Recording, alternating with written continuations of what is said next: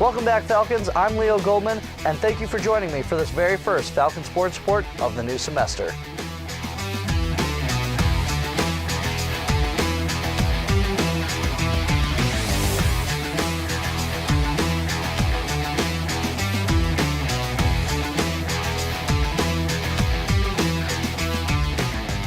BG football kicks off in 5 days versus Oregon. I caught up with head coach Mike Jinks on Thursday after practice to talk about his team's preparedness level, Jared Dagey, and more from the Doit.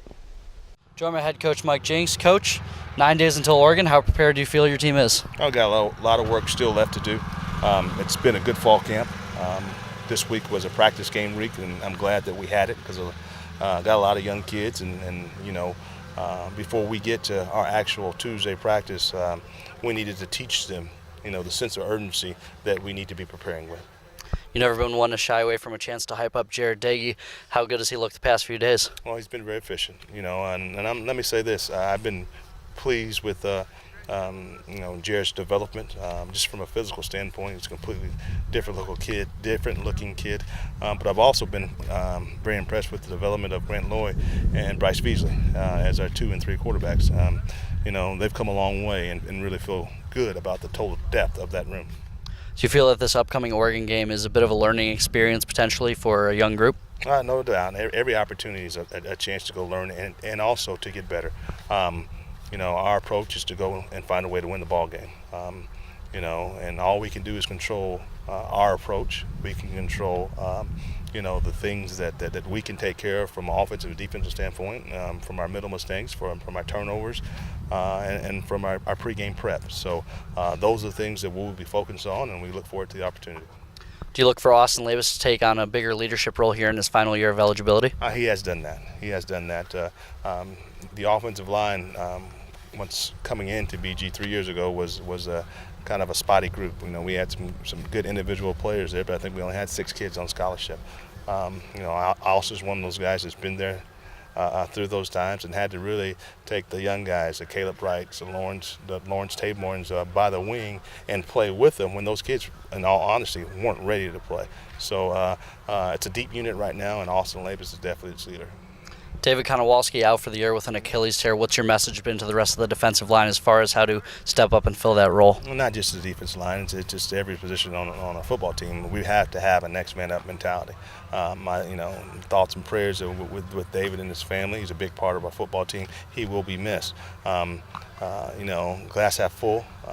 The new redshirt rule looks like it'll allow David a chance to come back and get an extra year. So we'll look at it that way. It'll be a bonus in 2019. 3 out of your first 4 teams you're facing will be Power 5 schools. Do you feel your team's up for the challenge? Oh, we have to be. I mean, that's today's day and age. You know, especially when you look at our conference. We're not the only ones doing it.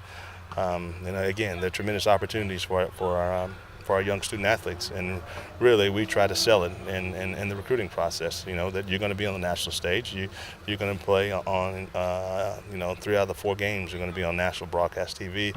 You know, you want to be on this big stage. This is your opportunity to go show those guys, hey, that they made a mistake, and keep that chip on your shoulder. Last question for you, Coach.